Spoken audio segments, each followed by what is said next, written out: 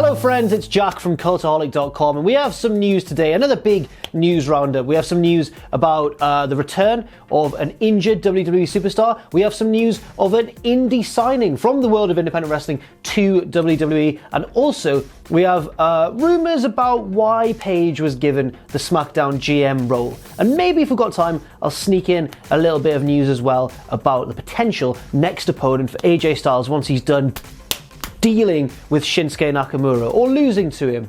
Either way, looks like his next opponent's in the pipeline. But let's crack straight on with it and get into all of the news. First and foremost, let's talk about that injured superstar who is about to make his return to Monday Night Raw. That's right, it's a member of the Raw roster, and his name is Jason Jordan, the son of Kurt Angle, lest we forget. Now, Jordan has been unfortunately sidelined since I think about early 2018 when he underwent minor surgery for a neck injury and was then ruled out, obviously, for the next few months. After surgery, of course, you have to take time off to let everything heal properly and all the rest of it.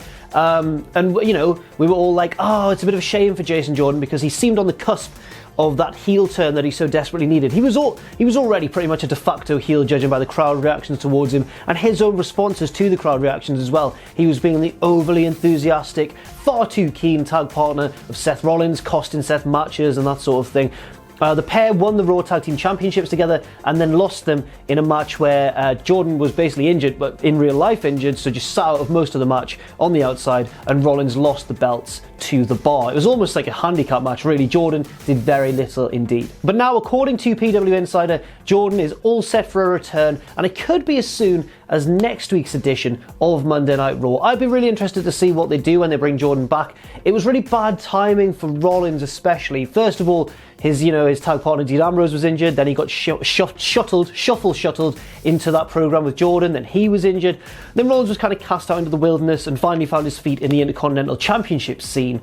And it was unfortunate for Ambrose as well. Everyone thought he was about to turn heel, maybe, and everyone also, of course, thought that Jordan was about to turn fully heel, maybe on Kurt Angle even, or maybe Angle would turn heel and join forces with Jordan. And happily, it looks as though we're going to find out what's going to happen with Jason Jordan when he makes his return. And according to, as I say, PW Insider, they reckon that his return could be very, very soon. Next up, a major star of the independent scene looks to have signed his deal with WWE. According to PW Torch, not PW Insider, PW Torch, and various other websites as well, of course, Keith Lee has apparently accepted the deal that WWE offered him about a month and a half ago, I'm going to estimate. Now, if you're unfamiliar with Keith Lee, I'll just give you a brief description of him. He is a huge powerhouse of a wrestler, but also is astonishingly agile as well.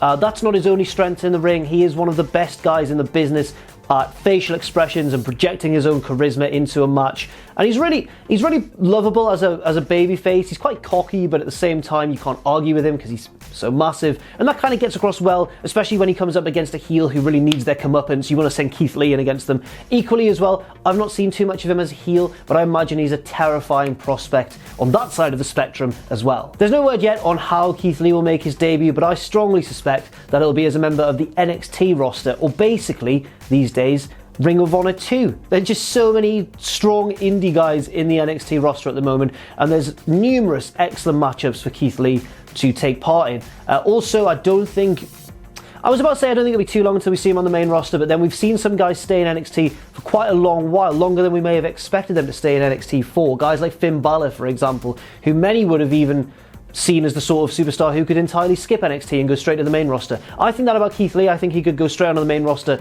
and make a bit of a splash, but at the same time, I think they'll put him in NXT just to really get the support of the fans behind him and really maximize his potential before shifting him onto the main roster. But I think that whatever it is, once he does then move on to the main roster, he could be very big indeed. I'm talking like main championship level big. He's that much of a star and has that much of a natural presence about him. Next up, Dave Meltzer talked on the Wrestling Observer newsletter about the potential reason why Paige was given the SmackDown general manager role. Of course, on an episode of Monday Night Raw, she had to sadly announce her retirement, the Raw after WrestleMania even. Then on the SmackDown after WrestleMania, one day later, she was announced as the new SmackDown general manager because, of course, Daniel Bryan was cleared to return to the ring. So he left his authority position behind and it was filled in by Paige. Now, there's rumours and reports kind of swirling around which suggest that maybe Paige was offered the SmackDown general manager role, not only because it was a nice gesture because of her injury and she had to step away from the ring, but also because of her tie-in with The Rock's production house and the whole movie that's being produced, the biopic about her life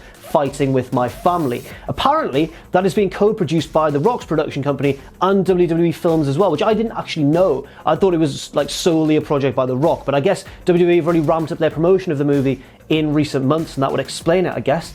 That is apparently a key reason why she was offered the position, to keep her in the limelight while that movie is being produced and eventually released. That's also apparently a key reason why she wasn't released when she underwent her suspensions for the wellness policy violation, and also like she had long injury troubles as well. It was a long while before we saw Paige back in a WWE ring in between like her injury and suspension. It took like I think it was verging on a couple of years for her to get back into the picture. But then every article I've read about this has then said, what does this mean for Paige once the movie is eventually released? Will she then be released, or will she retain her role as the SmackDown general manager, or indeed a role on screen in any capacity in WWE? I guess time will tell. And maybe a lot of it has to do with how well the film's received, because if the movie is received really well and it's a huge hit, then they're probably going to be more likely to want to keep her around because she'll be, you know, a bigger star because of it. I guess it all makes sense. I'd quite personally like to see Paige kept on, regardless of how well the movie does, just because she was a great pioneer in women's wrestling, and it's important to realise that, and I don't think she deserves to be kind of swept away by, you know, other things to do outside of wrestling sort of related things. And finally, sticking with the Wrestling Observer newsletter, apparently there are rumours of AJ Styles' next opponent once he is finished feuding with Shinsuke Nakamura. Whether that means he retains the title or loses it to Nakamura, everyone seems to think online that his next opponent will be Samoa Joe. Now, this rumour is largely because of the fact that Joe obviously came out on SmackDown and confronted AJ Styles, and I really hope, because I think this is true, I think this is going to happen, because once Joe loses to Reigns, is it that obvious? I think he's probably going to lose to Reigns. But once Joe has had that match with Reigns at Backlash, he will then focus, I guess, on the SmackDown roster, and who better for him to face than AJ Styles? The pair have an incredibly long and storied history and rivalry in promotions like TNA mainly, and I just hope that WWE refer to that. I'm not saying I want WWE to be like, remember this in TNA, do you remember this at Victory Road 2000 and whatever. I just want them to go, you know, these two have had a long rivalry elsewhere, even if they just said elsewhere and acknowledged it, rather than pretend to us that Styles and Joe are a bit unfamiliar with each other. I think it benefits the storyline far more if they're just honest about the background behind it. That's all for now. Thank you very much for watching this news video. I've been Jack from Cultaholic.com. You can follow me on Twitter at JackTheJobber. You can follow all of us at Cultaholic. And you can check out our Patreon as well if you want, patreon.com/Cultaholic. And never, ever forget, of course, to join us.